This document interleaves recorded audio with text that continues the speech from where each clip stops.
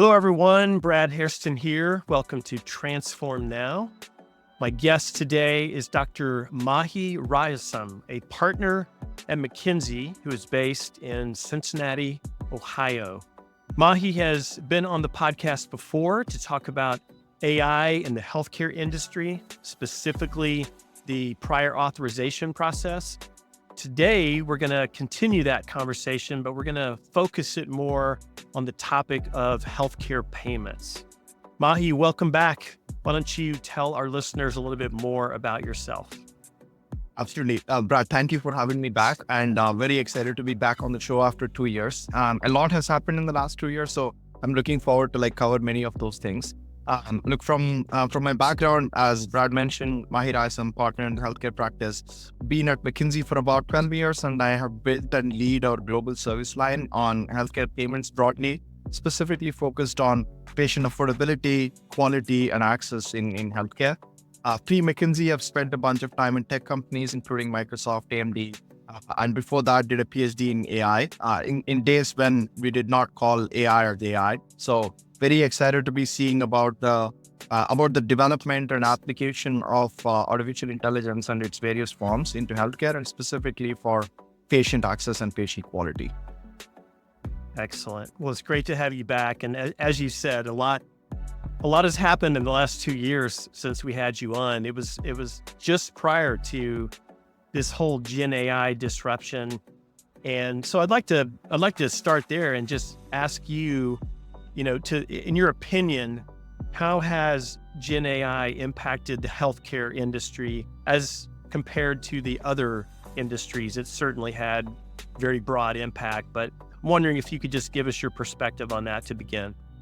Yep, absolutely, Brad. I think, if I look at applications and uses of artificial intelligence, and generative AI being a specific case of artificial intelligence in various sectors, I look at it broadly in a trimodal distribution. What I mean by that is, think of it as 3 peaks, right? The first peak is where the most applications are already being used and being accessible to, let's say, customers and, different business processes, etc. In this bucket, I would broadly put e-commerce, retail, many of the consumer-facing technology applications that we all have been using, right? I think that's the first peak, and that's where the most penetration has happened. The second peak, I would say, is places where there's a lot of interest, a lot of application, and there's a lot of pilot use cases being developed, but the penetration of those pilot use cases into actually changing the business processes has been a little bit slower than the first peak, right? And I would actually put healthcare in this bucket, in the second peak. The reason being, the awareness of AI and the awareness of uses of AI, Gen AI across healthcare is very high, right? Both from a payer standpoint, provider standpoint, life sciences, medical devices, and a lot of healthcare services and technology companies are aware of the utility and the use of AI and generative AI to both improve quality, access, affordability, cost, and reducing friction. So they're very well aware. Now the question comes to how much of that awareness has translated into pilots, and how many of those pilots have made it into the business processes, such that the end users, which is patients, providers, and many of the people who work in healthcare, such as myself, have experienced the impact of those innovations. And there, it has been slower than some of the other sectors like technology or e-commerce. Okay, that's really good overview. And I would say it syncs up really well with what we're seeing across our customer base. I think within the healthcare spectrum, the life sciences companies seem to be a little bit more kind of leading the charge. But the healthcare providers and payers, we're certainly seeing a lot of our customers in those sectors that are, as you said, they're doing a lot of pilots, POCs, and starting to slowly get those into production. And a good indication of that, Brad, is if you look at the amount of venture capital money that has gone into each of these sectors you mentioned, right? Most of the venture capital money has gone into life sciences and application of AI and Gen AI in life sciences. The second, I would probably say on the provider side, specifically on the like on the patient access side, and then patient needs and like provider needs side. The last I would say is on the payer side in terms of like pure venture capital money. There are some examples like prior authorization, which have seen a lot of interest, but that's an exception, not a rule when it comes to payers. Yeah, great. Okay, well let's kind of segue over into the payments topic. Now, in the healthcare industry, the term payment integrity comes up a lot. And I know at the end of last year, I believe you co-authored a white paper on AI and payment integrity, the intersection of those two. For people not in the healthcare industry, can you just explain what that means, payment integrity? Payment integrity is nothing but making sure that the right and appropriate payments for the services rendered are made to the providers from payers. Like in a nutshell, the right and appropriate is the key words to focus on. And what does right mean, right? Like right and appropriate means that did we pay the provider for the right services provided at the right time, at the right location, at the right cost, and whether some of the requirements that like either payers or regulators have on fulfilling, like those requirements have been met before those payments are made to the providers. So payment integrity is essentially a combination of various business processes, both from a payer standpoint and provider standpoint, that ensure that the correct payments are being made from different counterparties. Okay. So think of it as a large audit function. Yeah. Right. And clearly this is a huge area of opportunity. And in fact, I found one statistic that was interesting. In the Medicare and Medicaid sectors alone, more than $100 billion in improper payments were made in fiscal year 2023. That's according to the GAO. So let me ask you: Is fixing this? Is it a top priority for both healthcare providers and payers? I mean, is it at the top of their list of strategic objectives? Absolutely. This has been one of the top objectives, not only for payers and providers, but also for many of the regulators, right? Because if you just look at the amount of public dollars that are going towards some of this fraud, waste, and abuse, like broad category of fraud, waste, and abuse, right? Which is what improper payments essentially means. It is one of the top high priorities. The reason is very simple, right? The reason is healthcare affordability is challenging. The healthcare inflation is, like higher than the general inflation. And third, you want to make sure that the patients are receiving the right care for, for the needs they have. And you want to make sure that, that care is delivered at the right price at the right place. So it has a lot of patient access, patient quality, and patient outcome implications. So not just for the financial aspect of it, but also for the patient safety aspect of it, this is very important. And both providers and payers recognize that. Yeah, clearly where the payment process is broken, the patients ultimately lose out, right? I mean, I think that's a great point you're making there. So let's talk about just how AI has transformed the landscape of payments in healthcare so far. I mean, we talked about GenAI and how it's had a huge impact, but AI in general has such a transformative capability. So talk about where you've seen the most impact, and love to hear some examples of, some clients and such that you're working with around this topic. That would be really great. For sure. I would not use the word transformation yet on the utility and the use and the impact of AI and GenAI on the payment processes overall. However, I do see, some lighthouses happening both on the provider side as well as the payer side, right? Now, those are specific use cases that have been stood up either by companies, either by startup or venture funded companies that have, really gone and double down on, some of the specific use cases. Or this could be an example of where providers and payers have done a leap of faith and have either built those like POCs or lighthouses within their organizations with the help of, like external collaborators and partners, etc. So I'll specifically talk about probably two use cases, one for payer and one for provider. I must say that the progress and the improvement in business processes that AI and GenAI have been able to make is specifically focused on payments is more on the provider side than it has been on the payer side, right? And within the provider, let me focus on the RCM function, the revenue cycle management function. And within that, like what providers are trying to do is they want to improve the efficiency and effectiveness of translating an encounter, like when a patient comes in and patient has a visit with their physician, the specialist, like they're having, in-house visit or whatnot, right? Like you want to translate that encounter into a claim, which could then be, like sent to the payer for appropriate reimbursement, right? Now, in the past, a lot of that effort was manual. And so there used to be dedicated medical coders who looked at the physician's notes and then translated those physician notes into CPT and and DRG codes and other modifiers, etc., such that the encounter is translated into. Now the utility of AI and GenAI is very high here because physician notes, if you think about it, right, physician notes are nothing but spoken language. Now there's an application, there are several applications out there and several companies or products out there where they're able to like transcribe what the physician is talking with the patient directly into notes. I think that's, like first piece of the business process.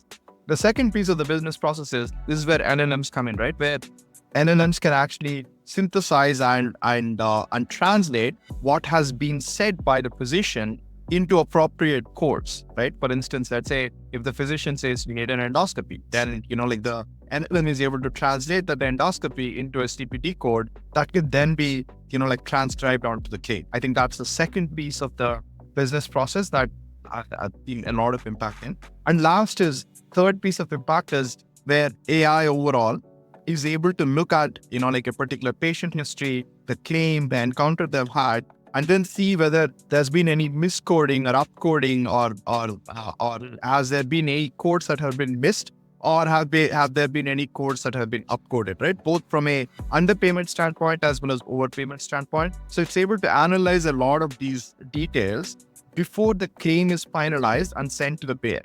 Right? Now, what are the advantages of doing all of this? There are probably threefold advantages, right? One is it reduces the friction that providers and medical coders have while translating a lot of this information onto a claim. So it improves the quality of their work, quality of their experience, etc. I think that's one definite advantage. The second advantage is operational effectiveness and efficiency. So whatever used to take like half an hour could be done in, let's say, 5 minutes with the help of all these tools. I think that's the second operational efficiency point. And third point is it reduces rework because you're able to like send the right claim with the right details with, appropriate amount of evidence to the payers such that the payers can adjudicate the claim pretty quickly. The entire RCM process is being, improved/transformed based on, like the three steps that I mentioned. I think that I think like a lot of providers and a lot of venture funded companies have made a lot of impact. Now, if we switch to the payer side, on the payer side, you're getting the claim. Now you're getting the claim from the provider, which is much more comprehensive, much more thought out, probably has all the right information the first time it is submitted, etc. Right? Now, payers have also been investing into, if the claim is right, if it is a clean claim means that you have all the information that you need, could be actually auto-adjudicated as soon as possible and then pay out the provider without any delays, right? So this reduces the rework, it improves the provider experience, and payers want to pay it the first time around because it reduces work for them too, right? I think that the auto-adjudication of clean claims and using AI for analyzing whether a claim is clean or not, that's one of the use cases that, like some of the payers are working on. Along the same lines, sorry, Brad, go ahead. No, go ahead. Sorry. There's a last piece that payers are working on, which is you also want to make sure that you are paying the appropriate claims at the appropriate amount So there's a lot of anomaly detection tools that are being developed, both by venture funded companies as well as within payers, where you want to look at a vast number of claims and try to find that needle in a haystack, right? And as we know, AI is really good at finding patterns, right? Patterns and needle in the haystack. So there are use cases being developed for addressing fraud, waste, and abuse by analyzing lots of claims and then really finding the claim with a low false positive rate. Because in the past, even when AI was used on the payer side, the false positive rate was very high, which basically meant that the provider experience is going to be bad, right? Because you don't want to actually hurt, like in appropriate payment or the appropriate provider. You only want to go after ones that are not appropriate. So the reduction of false positives is also something that has been an improvement. I'll pause. Excellent. Those are such great examples, and I love to see how so many different aspects of AI, and particularly GenAI, are coming into play. The ability to summarize massive amounts of information, look for trends, identify the right course of action or treatment for a customer. I mean, and how it's also improving the confidence from the standpoint of the payer, the confidence in paying a claim based on the information now that's better, that's more summarized, and cleaner in general. So those are great examples. I want to ask you about the transparency of data and data sharing between the payers and providers. Is that something that has been a big part of the problem in the payments space, and what is being done to resolve that specifically? Absolutely. I think like transparency of data has been a challenge in healthcare for a very long time, right? For a variety of reasons. Not all of it is intentional, mainly because, payers and providers want to collaborate, at least on areas where, there's a clear means of resolving something. In those cases, more information helps. That has been our top of mind for both payers, providers, and regulators for a long time. Now, what has challenged it so far is the lack of interconnectedness between various systems, right? Like lack of FHIR standards, for instance, in the past. That was, one reason. The second reason was there's not enough price transparency in the system, which was, the whole price transparency regulation that was passed a few years ago that has helped with that. So that's the second piece. Now, the question on has AI been able to help it? I would twist it around and say that AI is able to benefit with the increased transparency that is coming into the system, right? Either because of the interoperability standards that have been established in healthcare, or because of the, some of the FHIR standards that we talked about, or because of the price transparency that the regulation that was introduced. AI has been a benefactor of that, because AI is useless if you don't have the right data, right? AI is built on right data and high quality data, and transparency is helping AI in getting that high quality data such that the AI then becomes improved, right? Because otherwise it's garbage in, garbage out. And so I would actually argue that it has been a benefactor for the penetration of AI and generative AI. Has the way that the providers in particular have embraced AI, has that encouraged payers to want to have more transparency and more data sharing, you think? Absolutely. I think the need for transparency from the providers has always been very high for the payers, right? Because take a simple example. If there is a high dollar claim, like let's say a claim costs $50,000, a payer would want to see the medical records of the patient before adjudicating that claim. And transmission of those medical records in the past has been challenging, right? Like in 10 years ago, it used to be faxes. Like you used to get 50-page fax documents that payers would then have to dedicate a nurse or an MD to go through for an entire day. I think that has improved, right? And now you're able to get electronic health records, and there are a lot of intermediaries who can transmit, the electronic health records from a particular provider. I think that has really improved. And second is, when you're getting this vast amount of information from the providers, payers would want to synthesize that information such that nurses and MDs who are reviewing that particular claim or particular record are able to use their time in a more effective manner. And here LLMs have really benefited the payers, where, as you mentioned earlier, they can synthesize a lot of spoken text and written text into synthesized information, and can also like potentially answer questions, and can be your co-pilot, right? As you're analyzing these records. So in that way, I think like payers have been hungry for that information and have been developing applications to make use of the data as they're getting more and more of it from providers. Okay. So Mahi, aside from the data, having the right data, what other challenges are healthcare organizations facing in using AI to improve payment processing?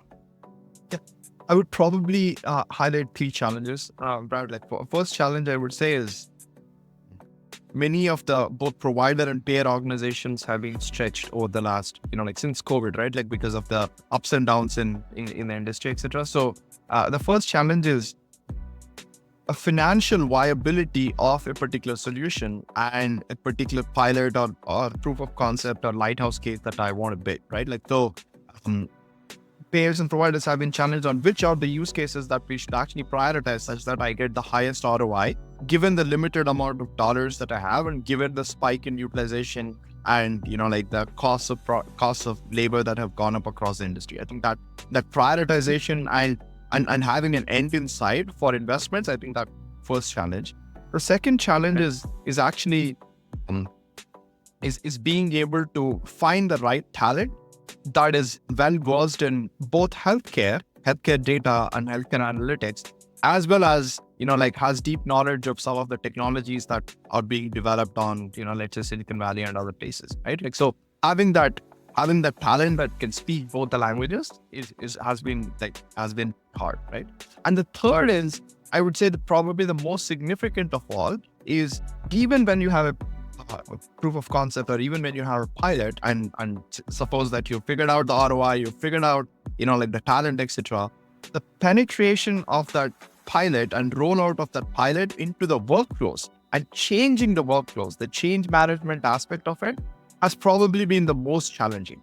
Because, let's say you roll out this tool for, synthesis of large medical records into, into Q&A format, right? Now you have to, let's say you build this tool. Now you have to integrate this tool into existing workflows of nurses and MDs. And the existing workflows are built on legacy technologies and legacy, legacy software applications. And you need to figure out an API to connect them into the workflow. And then you have to do the change management aspect of it, where a nurse or an MD who might not been very aware of, the AI or has never used AI in the past, you need to make sure that they are, both educated, trained, and then rolled out into their workflow such that the impact happens. Because impact only happens when, let's say, a nurse who used to spend 30 minutes on a case going through, records is able to do it in 5 minutes. That is impact, right? But that means that both change management and the workflow management need to happen. And that has been the biggest obstacle. Yeah. The human element always comes into play, That's right? Getting the humans to believe it and use it and trust it. And it's such a huge leap to go from what they do today to leveraging technology the right way. Mahi, you've mentioned at least once you've mentioned coding and the complexity in coding and how that has an impact on payments in healthcare. How can AI help organizations navigate that more effectively? Yeah, I like citing an example that I really like, right? And that highlights how AI in healthcare is fundamentally much more complex than AI in any other sector, right? So if you look at LLMs, large language models are built on human spoken language. Now, if you look at most of the human spoken language, we probably have 5,000 words, right? That's it, 5,000 words. And so most of the large language models have been trained on these 5,000 words. So that's think of it as one order of complexity, right? And even there, billions of dollars are being spent on, both building the, like higher number of parameters in the model such that it's able to capture those, like 5,000 words more accurately. Now, come to healthcare. Healthcare has tens of thousands of CPT codes or HCPCS codes and tens of thousands of diagnosis codes and tens of modifiers, tens of revenue codes. So a claim or an encounter, if you need, you need certain pieces of data, right? Like you typically need let's say, 50 different fields in order to adjudicate a claim, properly. And so, and each of those fields has a, cardinality of sometimes in thousands. So the complexity of healthcare data is so large that the traditional methods of LLM, and when I say traditional, only 2 or 3 years old, right? Like the current methods that are available for large language models are not directly applicable to healthcare data.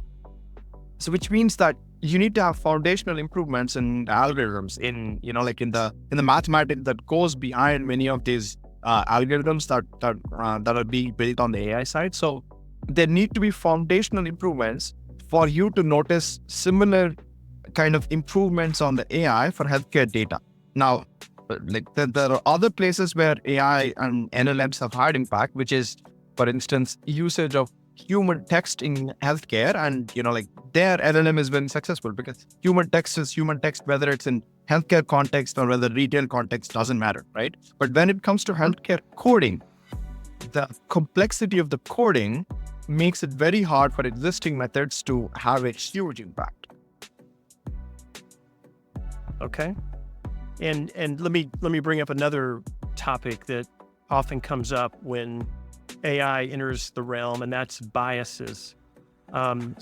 How can healthcare organizations address, potential biases and algorithms that might unintentionally reinforce existing disparities in care or even billing practices? Could you speak to that? Yep, this is a very, very important question and on top of minds of a lot of my clients, right? Both from a provider side as well as on the payer side. Now, I would probably bucket it into, 2 different categories, right? The first category is where the patient access and patient experience and, the care that they're receiving would be impacted. So these are places where either clinical decision-making or clinical recommendations are happening.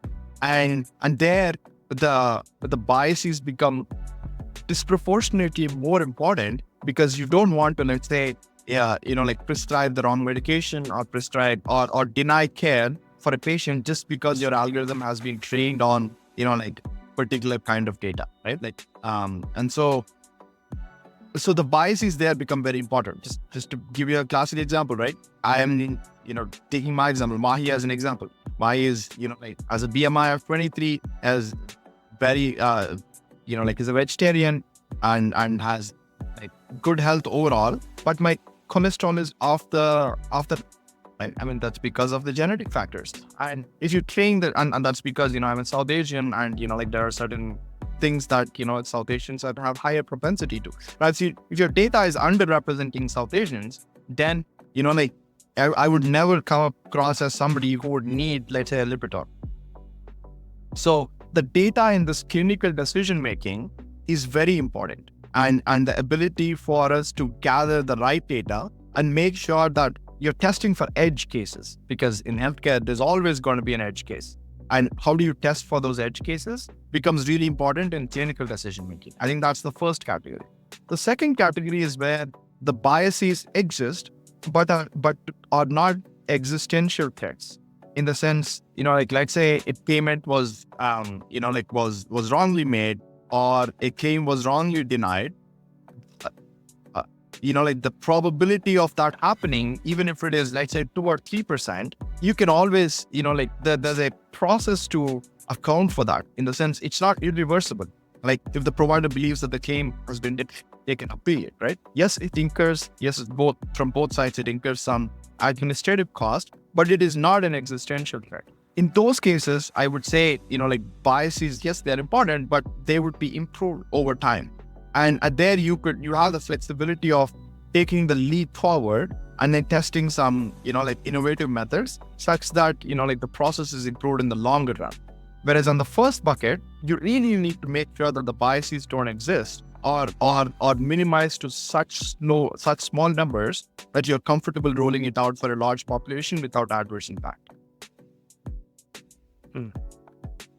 We've talked about so many advancements in AI and the impacts to the healthcare payments process. Do you think we're edging closer and closer to real-time claims processing? Is that truly a possibility?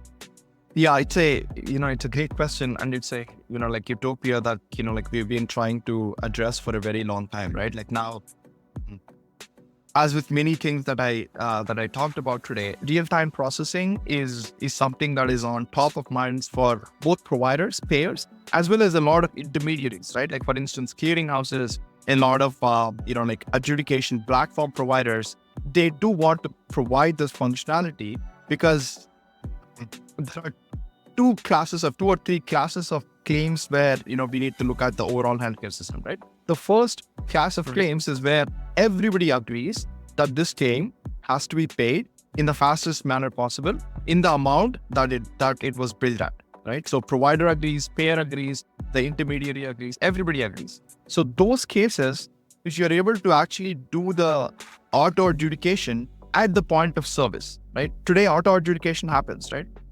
But it happens on the payer side. What if you can actually make it happen at the intermediary, e.g. the clearinghouse, or could you actually make it happen at the point of service? I think this is something that is on top of mind for a lot of players in the healthcare ecosystem, and a lot of players have been making progress there.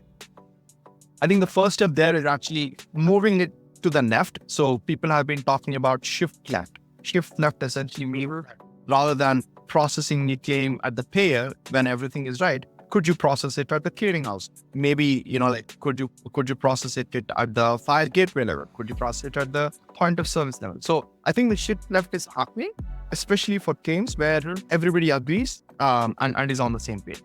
There's a second category of claims where either the information is missing or the claim is a complex claim.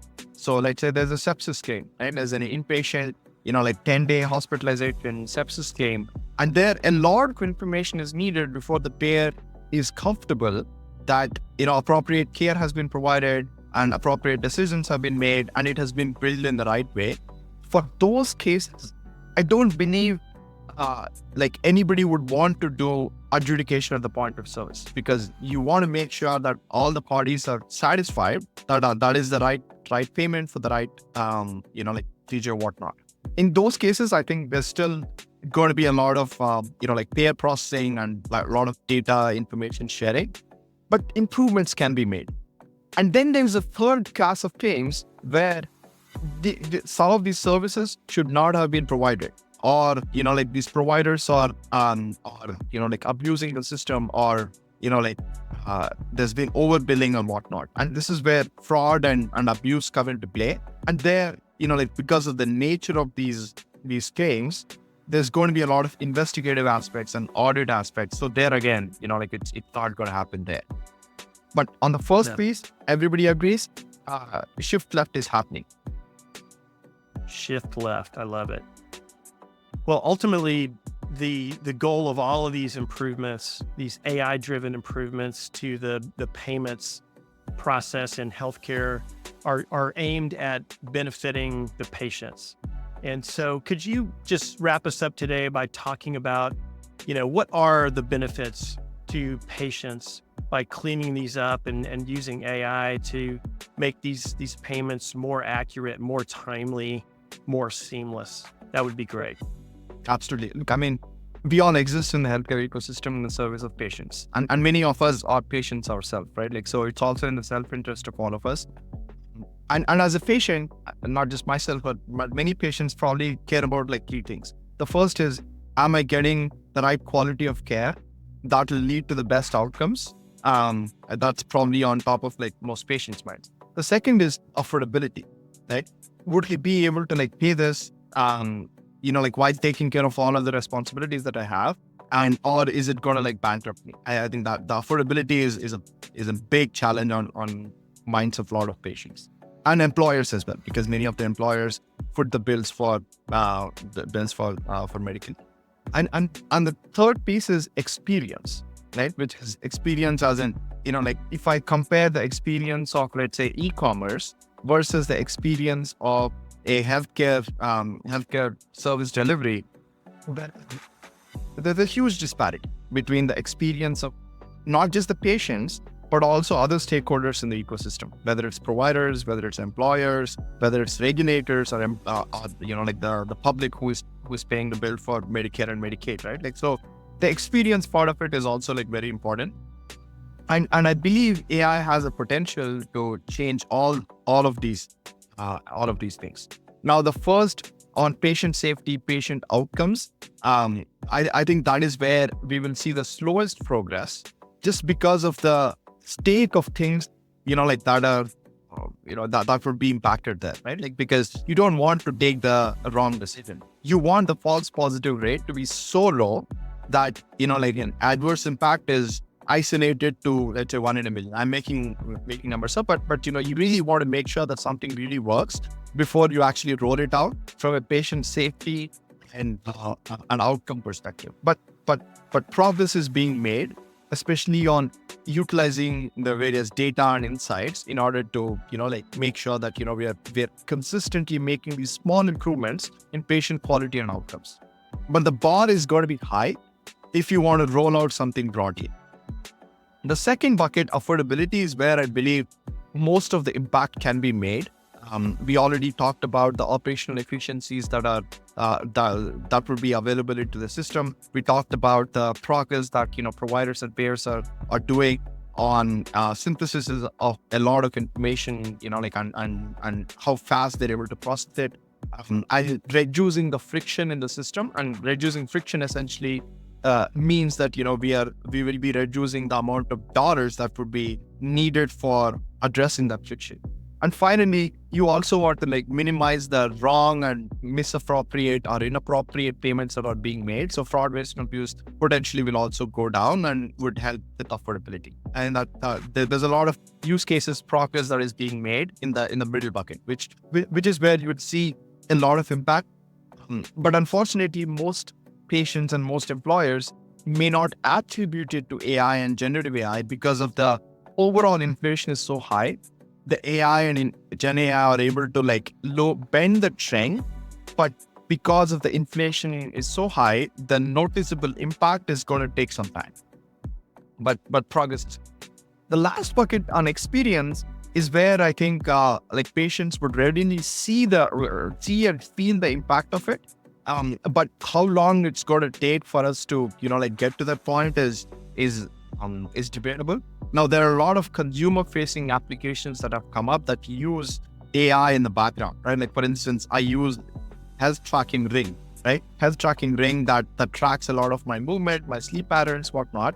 And the utility on the use of AI on that application has been enormous. And I'm seeing an impact of that on my experience, on my quality of life, etc. Right? So in those cases, the patients would see the impact.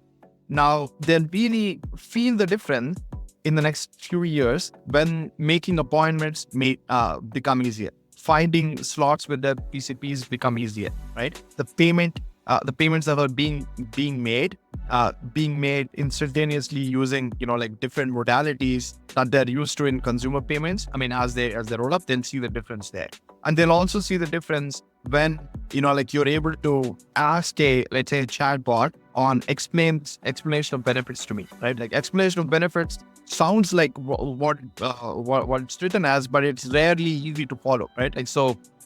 In future, like patients would be able to like really understand: did I get the right care? Did I pay rightly, etc., etc. So, I think across all three buckets of outcomes, affordability, and experience, we're making progress. But which ones you will notice first it will be different. Mahi, you are a wealth of information on this topic. It's great to have you on. Thanks for rejoining the podcast.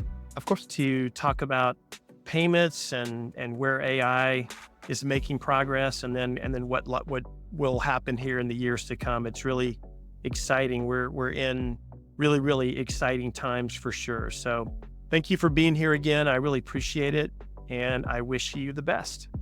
Thank you, Brad. Thank you for being here, and thank you for inviting me, and thank you for all the listeners. This is an exciting space, and I'm very excited to be working and contributing to this exciting field. Take care.